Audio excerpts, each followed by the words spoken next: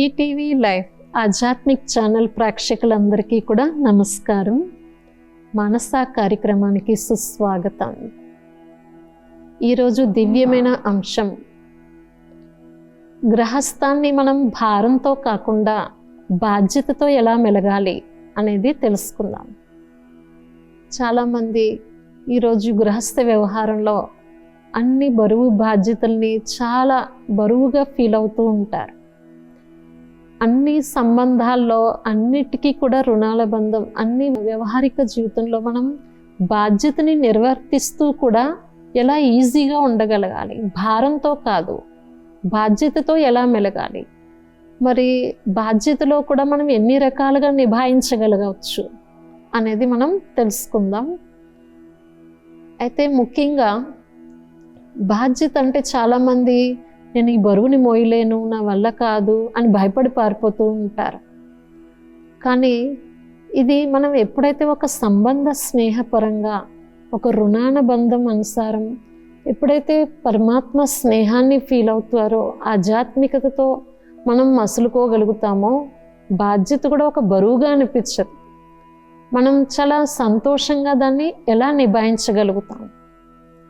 ప్రతి ఒక్కటి కూడా దాన్ని మనం మనసు పెట్టి ఉపయోగించుకోవడంలో ఉంటుంది. ఎక్కడైనా సరే చూడండి, ఇప్పుడు రోజు వెళుతున్న డ్యూటీలోనే ఎర్లీ మార్నింగ్ వాళ్ళు డ్యూటీకి వెళ్ళాలి అంటే ఫటాఫట్ ఎర్లీగా లేస్తారు, చాలా అలర్ట్గా ఉంటారు, యాక్టివ్గా ఉంటారు, టైం టు టైం అన్ని నిత్యావసరాలు కూడా పూర్తి చేసేసుకుంటారు. కానీ ఏదైతే సెలవు రోజు వచ్చింది, హాలిడే వచ్చింది అంటే ఈరోజు హాలిడే కదా పర్వాలేదులే అని బద్ధకం వచ్చేస్తుంది. కొంచెం లేట్గా లేవచ్చు, 1-2 అవర్స్ లేవచ్చు, 10కి లేవచ్చు అని కొంచెం అక్కడ మనం హాలిడే వచ్చింది కదా అని మనసులో ఎప్పుడైతే ముందు రోజు నైట్ నుంచి ఫీడ్ చేసుకుంటామో మనలో కొద్దిగా సోమరితనం, నిర్లక్ష్యం అనేది వస్తుంది. అది ఓకే, సహజం. అందరికీ కూడా వీక్లీ టోటల్ కష్టపడుతూ ఉంటారు, పరుగులు తీస్తూ ఉంటారు, వీక్లీ వన్స్ అయినా కొంచెం రెస్ట్ తీసుకోవాలి అనుకుంటారు. కానీ మనం నిత్య అవసరాల జీవితంలో కూడా కొంచెం ఎప్పుడైతే కొద్దిగా కొంతమంది సోమరుగా ఫీల్ అవుతారో, నిర్లక్ష్యంగా ఉంటారో వాళ్ళకి బాధ్యత ఎప్పుడు బరువుగానే అనిపిస్తుంది. కానీ ఇది ఎలా మనం దాన్ని బరువుని ఎలా దించుకోగలుగుతాం? దించుకోవడం అనేది కూడా కాదు, దాన్ని ఎలా సహజంగా సదుపయోగం చేసుకోగలగాలి, దాంట్లో కూడా ఒక కళాత్మకంగా మనం ఎలా తీసుకోగలగాలి, అందరి పట్ల బాధ్యతను నిర్వర్తిస్తూ కూడా మనము ఎలా అందరినీ కూడా సంతోషపెట్టగలగాలి అనేది ఎన్ని రకాలుగా రెస్పాన్సిబిలిటీ ఫీల్ అవ్వాలి. ఫస్ట్ మనకి మనం ఎలా బాధ్యత నిర్వర్తించాలి, ఇందులో కూడా ఎన్నో రకాలుగా ఉంటుంది. చూడండి, ఇప్పుడు ఈ సమాజం ఈరోజు ఇంత నిర్విఘ్నంగా, మరి ఏ ఆటంకాలు, విఘ్నాలు లేకుండా, ఏ ఉగ్రవాదుల ప్రభావం మన మీద పడకుండా మనం స్వతంత్రంగా బతుకుతూ బయటకు వెళ్తూ అన్ని నిత్యావసరాలు కొని తెచ్చుకుంటూ ఇంత స్వతంత్రంగా ఉన్నాము అంటే దీని అందరికీ కూడా ముఖ్యంగా బాధ్యుడు ఒకరుండి ఉండాలి కదా. మనకి ఎవరైతే మినిస్టర్ ఉన్నారో, పెద్ద అధికారి సర్కారు ఉన్నారో వాళ్ళు మరి ఎంత పెద్ద బాధ్యతని తీసుకుంటే వేరే దేశాల యొక్క ప్రభావం మన మీద పడకుండా, ఉగ్రవాదుల ప్రభావం పడకుండా వాళ్ళు ఎంత అలర్ట్గా, యాక్టివ్గా అనుక్షణం తమని తాము బాధ్యుడిగా భావిస్తే మనం ఇంత ప్రశాంతంగా జీవించగలుగుతున్నాం చెప్పండి. అలాగే ప్రతి ఒక్కరూ కూడా ప్రతి కుటుంబానికి నేను బాధ్యుణ్ణి, సత్ప్రవర్తనతో బాధ్యతను నిర్వర్తించి అందరితో గౌరవ మర్యాదలతో ఆశీర్వాదాలు పొందాలి అనే లక్ష్యాన్ని అనుసరించి బాధ్యత అనేది వేరు. ఇప్పుడు ఆయన కూడా ఒక ప్రైమ్ మినిస్టర్ కావచ్చు, మన యొక్క నరేంద్ర మోడీ, ఎవరైనా సరే చూడండి, మోదీ అలాంటి మహనీయులు వాళ్ళ యొక్క డిసిప్లిన్, వాళ్ళు కూడా ఒక ఆధ్యాత్మిక సాధనతో, ఆయన కూడా ఒక మంచి యోగి, ఆధ్యాత్మిక సాధన చేసి ఆ రంగంలో దిగారు. అలా మనలో కూడా మన వెనకాల ఆధ్యాత్మిక సాధన అంటూ తోడు చేసుకుంటే ఏదైనా సాధ్యమే. ఎంత పెద్ద బాధ్యత అయినా కానీ దానికి కేవలం మనం నిమిత్త మాత్రులమే అనే భావన అనేది మనకి ఇక్కడ ఆధ్యాత్మికత ద్వారానే వస్తుంది. కానీ దీన్ని కూడా కొంతమంది నేనే నిర్వర్తించాలి, నాపైనే ఇంత బరువు ఉంది అనుకునే వాళ్ళు అక్కడే కూలబడిపోతూ ఉంటారు. ఒక్క అడుగు కూడా ముందుకు వేయలేరు, ఏ బాధ్యతని నిర్వర్తించలేరు. కనుక మెయిన్ ముఖ్యంగా మనము ప్రతి ఒక్కరూ కూడా ప్రతి కుటుంబంలో ప్రతి ఒక్కరికి సమాజంలో ఎంతోమంది కార్మికులు ఉన్నారు. ఇంతమంది కార్మికులు ఒక ఫ్యాక్టరీ ఉందనుకోండి, అందులో మేనేజర్ రాకపోతే మిగతా వర్కర్స్ అంతా ఎలా అయిపోతారు? ఆ మేనేజరే రాలేదులే, పర్వాలేదు, నేను తర్వాత 10కి వెళ్ళినా పర్వాలేదు, 11కి వెళ్ళినా పర్వాలేదు, ఆయన కూడా కొంచెం టైం నెగ్లెక్ట్ చేస్తూ సోమరిగా అయ్యాడు, బాధ్యత లేదు అంటే అందులో ఒకరి తర్వాత అది ఎలా అయిపోతుంది? కార్యనిర్వహణ అంతా అస్తవ్యస్తమైపోతుంది. ఒక వ్యవస్థని, ఒక మంచి పెద్ద వ్యవస్థని నడిపించాలి, సక్రమైన మార్గంలో సమయ ప్రమాణంగా దాన్ని కార్యం పూర్తి చేయగలగాలి అంటే అది ఎంతమంది కార్మికుల యొక్క శ్రమ, వాళ్ళ యొక్క త్యాగం, వాళ్ళ యొక్క బలిదానం, వాళ్ళ యొక్క అన్ని రకాల అటెన్షన్, క్రమశిక్షణ, డిసిప్లిన్ మెయింటైన్ చేస్తే ఆ కార్యాన్ని సంపూర్ణం చేయగలుగుతారు. ఏదైతే ప్రోడక్ట్ ఆ ఫ్యాక్టరీలో తయారు కావాల్సి ఉందో ఆ ప్రోడక్ట్ టైంకి తయారు కాలేదనుకోండి, ఎవరైతే కస్టమర్ తనకి ఆర్డర్ ఇచ్చారో వాళ్ళకి సమయానికి అందివ్వలేదనుకోండి, వాళ్ళు సమయప్రమాణంగా తీసుకోలేదు, వాళ్ళు ఎగుమతి చేయలేదు వేరే దేశాలకి, ఎన్ని కార్యాలన్నీ ఆగిపోతాయి చెప్పండి. ఒకదానికొకటి లింకు అనేది కనెక్షను మనకి జోడింపబడి ఉంది. అలాగే ఇక్కడ ఉదయాన్నే లేస్తూనే తల్లి యొక్క బాధ్యత ఇల్లు వాకిళ్ళు క్లీన్ చేసుకోవడం, మరి పాలు కాగబెట్టి టీ పెట్టడం, మరి టిఫిన్ తయారు చేయడం, భోజనం తయారు చేయడం, స్కూల్ పిల్లలకి, భర్తకి టైంకి వాళ్ళకి టిఫిన్ బాక్స్ రెడీ చేసి ఇవ్వడం, ఇది తల్లి యొక్క బాధ్యత అనుకోండి. మరి ఆమె నాకు ఒంట్లో బాగాలేదని ఒక్కరోజు లేవకపోతే ఎన్ని ఆగిపోతాయి? పోనీ తను ఎవరైతే పురుషుడు ఉన్నాడో భర్త, పోనీలే ఒక రోజు ఈమెకి చేత కాలేదు కదా, నేను పోనీ తీసుకుంటాను అని అర్థం చేసుకున్న వాళ్ళైతే తప్పనిసరిగా ఆ కార్యంలో పూనుకోగలుగుతారు. ఆటోమేటిక్గా ఒకరికొకరు సహాయం చేసుకుంటూ తొందరగా టైంకి తమకి తాము ప్రిపేర్ చేసుకుని డ్యూటీకి వెళ్ళగలుగుతారు, పిల్లలు స్కూల్కి వెళ్ళగలుగుతారు. కానీ ఆమె పని ఆమెనే చేయాలి, నేనెందుకు చేయాలి, అది స్త్రీ పనియే, నేనెందుకు చేయాలి అని మనం ఒక అహంకారంతో ఏ పని ముట్టకుండా ఉంటే మనం బయట కొనుక్కోవాల్సి వస్తుంది, డబ్బులు పెట్టాల్సి వస్తుంది, అనారోగ్యాలకు గురవ్వాల్సి వస్తుంది, పిల్లలు అన్ని రకాలుగా అస్తవ్యస్తమైపోతుంది.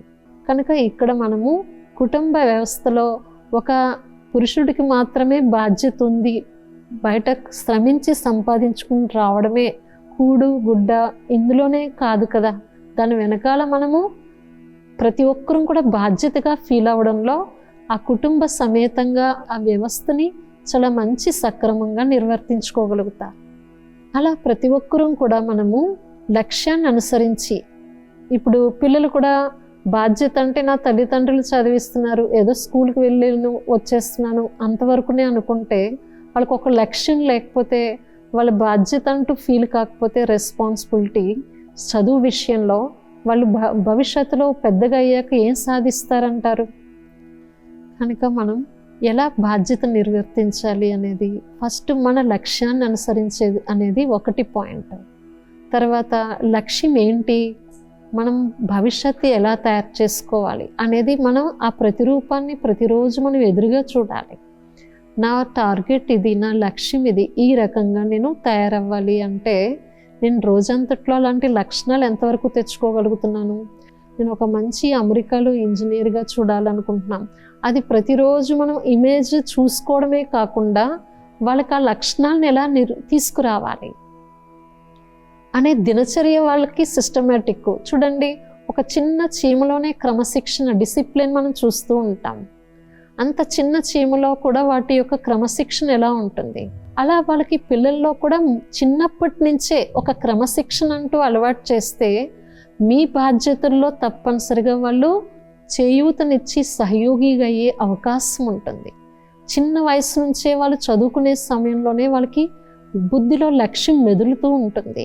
అరే, నా తల్లిదండ్రులు ఇంతగా కష్టపడుతున్నారు, వాళ్ళకు కూడా నేను సహయోగి, నా వంతు నేను ఎంతో కొంత చేయూతని ఇవ్వగలగాలి అనే బాధ్యతని క్రియేట్ చేయగలగాలి. మనం ఆ రెస్పాన్సిబిలిటీ వాళ్ళకు కూడా ఫీల్ కాగలగాలి.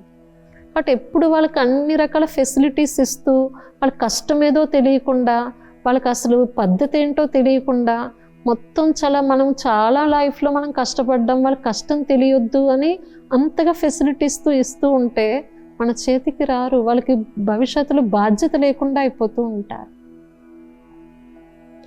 కనుక మనం చేసేటువంటి రొటీన్ పనిలోనే చిన్న చిన్న పనుల్ని ఎంతగా వాళ్ళకి పిల్లలకి షేర్ చేస్తూ ఉంటామో, అది ఫ్రూట్స్ తీసుకురావడం, కొంచెం చిన్నగా కట్ చేయడం, లేకపోతే వాళ్ళు చిన్న వాటర్ బాటిల్స్ నింపడం, వాళ్ళతో పాటు చిన్న చిన్న విషయాల్లో వాళ్ళకి ఎప్పుడైతే షేర్ చేస్తూ ఉంటామో వాళ్ళకు కూడా మీకు చిన్న చిన్న పనుల్లో తప్పనిసరిగా రెస్పాన్సిబిలిటీ ఫీల్ అవుతారు. వాళ్ళకు కూడా చదువులో ఎవ్రీడే వాళ్ళు మనం ఏం కావాలనుకుంటున్నాం, మన ఫ్యూచర్ ఏంటి అనేది ప్రతిరోజు మనం గుర్తు చేయాలి. ఈరోజు మీ ఫాదర్ ఇలా అయ్యారు అంటే ఆ చిన్నప్పటి నుంచి ఆయన ఎలా కష్టపడి చదివారు, దాని వెనకాల వాళ్ళ తల్లిదండ్రుల శ్రమ అనేది మనం బాధ్యతని గుర్తు చేయడం, లక్ష్యాన్ని అనుసరించి లక్షణాలని కూడా తీసుకురావడం అన్నమాట. అలాగే ఇక్కడ భగవంతుడు కూడా మనకి ఆధ్యాత్మిక చదువులో కూడా ఈ దివ్యమైన శిక్షణలో కూడా మనకు ఒక లక్ష్యాన్ని గుర్తు చేస్తూ ఉంటారు. ఏమని, మనం ఎప్పుడు కూడా మానవుడే మాధవుడు అంటారు, నరుడే నారాయణుడు అంటారు కదా, అలా నరిహి నారి లక్ష్మి అంటారు. అలా మనం నరుడిలో కూడా మానవ జీవితంలో కూడా అలాంటి నారాయణ లాంటి లక్షణాలు మనం ఎప్పుడైతే తెచ్చుకుంటామో ఆధ్యాత్మిక సాధనతో తప్పనిసరిగా అలాంటి మంచి దైవీ క్యారెక్టర్, దివ్యమైన చరిత్రని తయారు చేసుకోగలుగుతాం. వాళ్ళకి ఆ ఎడ్యుకేషన్లో కూడా చాలా షార్ప్గా ఒక క్యారెక్టర్ బిహేవియర్లో కూడా చేంజ్ వస్తూ ఉంటుంది. స్పిరిచువాలిటీ ఆధ్యాత్మికతలో కూడా వాళ్ళకి ఒక భాగం పడుతూ ఉంటుంది. అలా మనము లక్ష్యాన్ని అనుసరించి తర్వాత నెక్స్ట్ స్వీయ బాధ్యత అంటే మనం ఇంటర్నల్లీ సెల్ఫ్ రెస్పాన్సిబిలిటీ, అంతర్గతంగా మనం ఏం బాధ్యత నిర్వర్తించాలి, మనం మానసికంగా ఎప్పుడు ప్రశాంతంగా ఏకాగ్రంగా ఉండాలి, మనం చేసే పనుల్లో ఏకాగ్రంగా పూర్తి చేయగలగాలి అంటే ఆ ప్రశాంతత ఎప్పుడు వస్తుంది, ఆధ్యాత్మిక సాధనతోనే. కనుక ఇందులో మనం ఏమి ఇవ్వగలగాలి మన మనస్సుకి ప్రశాంతత అంటే మెడిటేషన్. మన కోసం మనం మెడిటేషన్ ఎప్పుడు చేస్తున్నాం, ఆ ఎనర్జీ విల్ పవర్ని ఎప్పుడు ఛార్జింగ్ చేసుకోగలుగుతాం, ఎవరితో జోడిస్తే కాగలుగుతుంది అనేది ఎప్పుడైతే పరమాత్మ పరిచయాన్ని తమ స్వపరిచయాన్ని గుర్తించి ఈ ఆధ్యాత్మిక సాధన కోసం టైం కేటాయించుకోవడం, ఇదే స్వీయ బాధ్యత. అంటే మన స్వయం కోసం మనం బాధ్యత వర్తించడం, మన భవిష్యత్తు కోసం. ఇది ఇప్పటికిప్పుడు రేపు ఎల్లుండ కోసం కాదు, సదాకాలికంగా ఎప్పటికీ మన భవిష్యత్తుని ఎలా తయారు చేసుకోవాలి. రోజంతట్లో మనం చేసేటువంటి యాక్షన్ కర్మల్లో కూడా ఒక మంచి పుణ్య కార్యాన్ని ఎక్కడి వరకు తెలుసుకుంటున్నాం, పాపకర్మల నుంచి మనల్ని మనం ఎలా రక్షించుకోగలుగుతున్నాం, ఎవరిని బాధ పెట్టట్లేదు కదా అనేది మనల్ని మనం గమనించుకోవడానికి స్వీయ బాధ్యత. తర్వాత కుటుంబ బాధ్యత. కుటుంబ బాధ్యత ఇది అందరికీ తెలిసిందే. ఎలా మనం పరివారం, ఇప్పుడే మనం విన్నాం కదా, పిల్లల పట్ల ఎలా బాధ్యత నిర్వర్తించాలి, మరియు ఇల్లు, మరి దాని యొక్క ఏదైతే బడ్జెట్ ఉంటుందో ప్రతి నెల వచ్చేసరికి రకరకాలుగా కనిపిస్తూ ఉంటాయి మనకి. ఆ నెల వచ్చేసరికి టెన్షన్ పడిపోతూ ఉంటారు. కానీ మనం ముందు నుంచే ఎప్పుడైతే ప్లానింగ్ మైండ్ ఉంటుందో ఇంత వచ్చే దాంట్లో ఇంత మనం ఎలా పక్కకు వేసుకోవాలి, మన బడ్జెట్ని ఎలా మనం కాపాడుకోవాలి, ఎలా భవిష్యత్తుని పొదుపు చేసుకోవాలి, ఇవన్నిటిని ఎప్పుడైతే ప్లానింగ్ బుద్ధి కలిగి ఉంటారో తప్పనిసరిగా కూడా మనం కుటుంబ పరంగా ఎంతో సుఖశాంతులతోటి ఉన్న దాంట్లో సంతృప్తిగా నడిపించుకోగలుగుతాం. తర్వాత వసుదైవ కుటుంబ బాధ్యత. వసుదైవ కుటుంబం ఎవరు? వసుదైవ పరమపిత పరమాత్మ మొత్తం విశ్వవ్యాప్తంగా అందరినీ కూడా పరిపాలించి రక్షణ ఇచ్చేది, మన సాధక బాధకుల్ని అన్నిటినీ కూడా భక్తిని ప్రార్థన చేసేటువంటి భక్తుల్ని మనోకామల్ని పూర్తి చేసే బాధ్యత భగవంతుడిది. కనుక భగవంతుడితో పాటు మన బాధ్యత ఏంటి? మనతో పాటు రోజంతా ఎవరితో సమాజంలో మసులుతూ ఉంటామో, మనుగడ జీవితంలో మనతో పాటు ఉంటారో మనందరం కూడా ఒక కుటుంబమే, అందరం ఒక ఇంటి పరివారమే, ఒక తండ్రి పిల్లలమే అని పరస్పరంలో ఒక పరివార ఫీలింగ్ ఎప్పుడైతే వస్తుందో మనలో ఒక స్నేహం అనేది తప్పనిసరిగా ఆత్మీయ స్నేహం వస్తూ ఉంటుంది. అలా స్వార్థంతో ప్రతి ఒక్క విషయం ఆలోచించడమే కాకుండా నిస్వార్థంగా అందరి మేలు కోసం, అందరి కళ్యాణం కోసం స్వతహాగా మనకి ఆలోచనలో విస్తారంగా ఉంటుంది, హద్దుతోటే కాకుండా.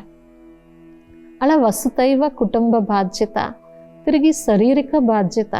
మనం ఏ విషయాల్లో ఏ రంగాల్లో ముందుకు వెళ్ళాలన్నా మనం ఆరోగ్యంగా ఉంటేనే కదా ముందుకు వెళ్ళగలుగుతాం. ఈ ఆరోగ్యం విషయంలో కూడా ఎప్పుడు కూడా మనం డిపెండింగ్ అనేది కాకుండా ఒక డాక్టర్ మీద, మందుల మీద, కుటుంబం మీద, నాకు ఎవరైనా ఒకరు సపోర్ట్ ఉంటే నాకు నో ప్రాబ్లం, వాళ్ళు టైంకి మెడిసిన్ ఇవ్వాలి, నా బరువు బాధ్యతలు వాళ్ళు చూసుకుంటున్నారు కదా, వాళ్ళు ఉన్నారు కదా అని ఒక్కరి మీదే వదిలిపెట్టి మనం అలా అయిపోవడం కాదు. ఎవరికి ఎప్పుడు ఎవరు ఎలా ఉంటామో తెలియదు. ప్రతి క్షణం మీకు మెడిసిన్ తీసుకొచ్చి ఇచ్చే వాళ్ళే ఏ క్షణం వాళ్ళు ఎప్పుడు ఎలా మనకి దూరం అవుతారో తెలియదు కదా. కాబట్టి మనం ప్రతిదానికి ఒకరి మీద ఆధారపడి కాకుండా మన ఆరోగ్యాన్ని మనం ఎలా కాపాడుకోగలగాలి. ప్రతి ఒక్కరు ప్రతిరోజు మీరు ఇది మీకు డైట్ చేయాలి, షుగర్ ఉంది, స్వీట్ తినొద్దు, మీరు ఇవి తినొద్దు అని ప్రతిరోజు ఒకరితో చెప్పించుకోవడం కాదు. మనకి మనం వాటిని ఎలా మనం నిర్మూలించుకోగలగాలి, మన ఆరోగ్యాన్ని మనం ఎలా కాపాడుకోగలగాలి అనేది ఈ శారీరక విషయంలో కూడా మనకి మనం ఎలా బాధ్యత వహించాలి. అప్పుడే సంపూర్ణ ఆరోగ్యాన్ని మనం తప్పనిసరిగా పాటించగలుగుతాం.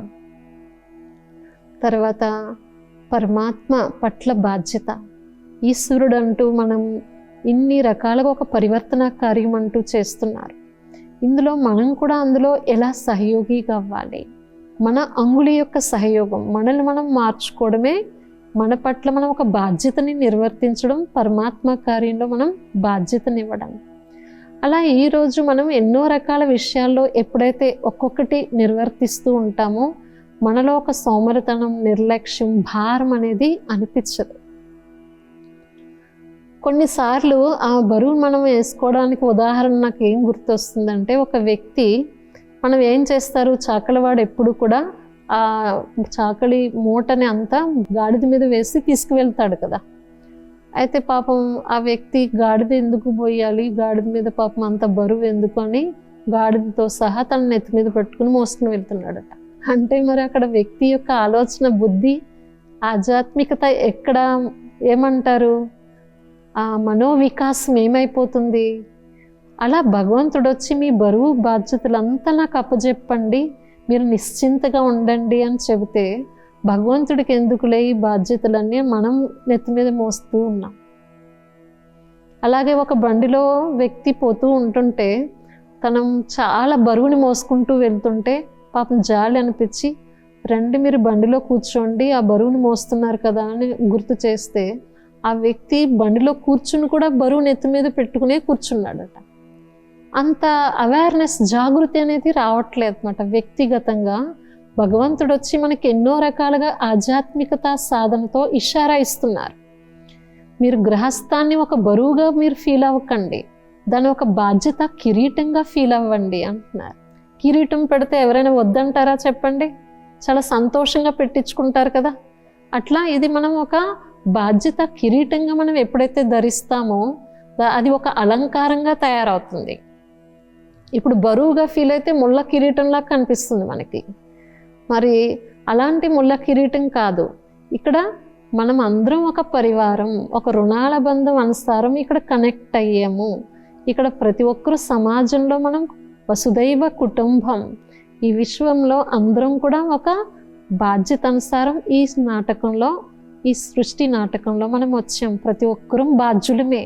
మనల్ని మనం సంభాళించుకోవడం అనండి, మన సమాజాన్ని కాపాడుకోవడంలో అనండి, మన చుట్టూ ఉన్న ఆవరణం, వాతావరణాన్ని ప్రశాంతంగా పెట్టుకోవడంలో అనండి, ఎలాంటి ప్రదూషణ లేకుండా ప్రకృతిని కాపాడడంలో అనండి, ఈ అన్ని రకాల విషయంలో ఎప్పుడైతే మనం అవగాహన తెచ్చుకుంటామో ఆధ్యాత్మికత సాధనతో, అప్పుడు బాధ్యత అనేది మనకి బరువుగా అనిపించదు.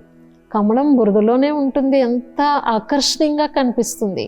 అలాగే కమల పుష్పంలో మనం బురదలోనే ఉంటూ అన్నిటినీ సంభాళిస్తూ అంటినట్టుంటే ఉండేటువంటి జీవితం మనకి ఇక్కడ ఆధ్యాత్మికత ద్వారా సాధ్యమవుతుంది తప్పనిసరిగా. అందుకే భగవద్గీతలో కూడా నువ్వు కర్మ చెయ్యి చేతితో, ప్రతిఫలాన్ని నా మీద వదిలిపెట్టు. బాధ్యతలో కూడా ఎప్పుడైతే దాని ప్రతిఫలాన్ని ఆశిస్తామో అశాంతికే గురవుతూ ఉంటాం. నేను ఇది చేస్తున్నాను కదా, దీనికి ప్రతిఫలం ఏం లభిస్తుంది నాకు అని వెంటనే దాని యొక్క స్వార్థంతో ప్రతిఫలం కోసం ఆశిస్తూ ఉంటారు. దానికి సరైన విధంగా లభించకపోతే అశాంతి అయిపోతూ ఉంటారు. కొన్ని సందర్భాల్లో నేను లేకపోతే ఎలా నడుస్తుంది, నేను ఒకవేళ లేకపోతే అన్నట్టుగా అహంకారంతో ఆలోచిస్తారు. ఎవరున్నా ఎవరు లేకపోయినా సమయానుసారంగా జరిగేది ఏది ఆగిపోదు. ఆటోమేటిక్గా ప్రతి ఒక్కరు కూడా ఏ కార్యక్రమం అయినా సరే భగవంతుడు ఎవరో ఒకరి నిమిత్తం చేసేది ఆయన చేయిస్తారు. అందుకోసం తమను ఎప్పుడు కూడా కేవలం నిమిత్త మాత్రంగా చేస్తూ బరువు బాధ్యత భగవంతుడి మీద వదిలిపెట్టడంలో మనం తేలిగ్గా ఉండగలుగుతాం. ఎలాంటి టెన్షన్ ఉండదు. ఆ కార్యం ఎంత పెద్దదైనా సరైన విధంగా సమయ ప్రమాణంగా దాన్ని కార్యాన్ని చక్కబెట్టగలుగుతాం. తిరిగి ఫలితాన్ని ఆశించకుండా నిస్వార్థంగా చేయడంలో కోరుకోకుండానే రెట్టింపు ప్రతిఫలాన్ని పొందగలుగుతాం. భగవంతుడు ఏది ఆపరు, జరిగేదంతా జరుగుతూనే ఉంటుంది, ఏది కూడా ఆగిపోదు.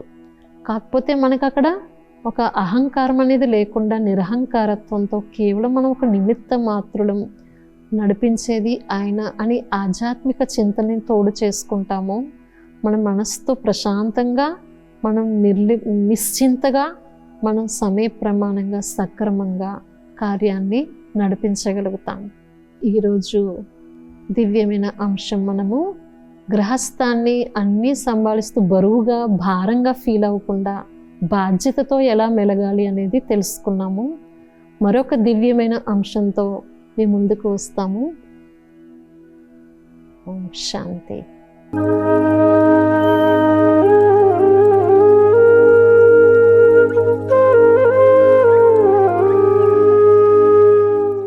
ఈ కార్యక్రమాన్ని తిరిగి చూడాలనుకుంటే www.youtube.com/@ETV Life Spiritual లో చూడవచ్చు.